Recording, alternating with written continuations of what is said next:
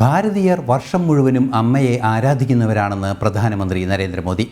മാതൃദിനത്തോടനുബന്ധിച്ച് പശ്ചിമബംഗാൾ ഹുഗ്ലിയിലെ 2 യുവാക്കൾ അമ്മ ഹീരാബെൻ പട്ടേലിൻ്റെ ഛായാചിത്രം വരച്ചത് പ്രധാനമന്ത്രി ഏറ്റുവാങ്ങി.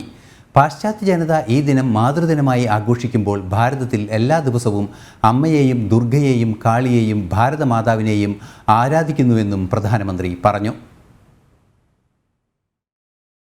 അമ്മ ഹീരാബെൻ പട്ടേലും നരേന്ദ്രമോദിയും ചേർന്നുള്ള ഛായാചിത്രം കണ്ടതോടെ പ്രധാനമന്ത്രി ആഹ്ലാദഭരിതനായി.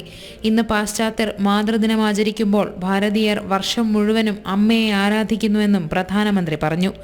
हम भारत के लोग तो 365 दिन माँ की भी पूजा करते हैं, दुर्गा माँ की भी पूजा करते हैं, काली माँ की भी पूजा करते हैं और भारत माता की भी पूजा करते हैं.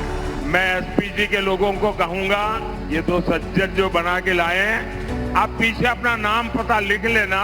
मैं जरूर आपको चिट्ठी भेजने का प्रयास करूंगा. ये दोनों मेरी माँ की तस्वीर बना के लाए हैं.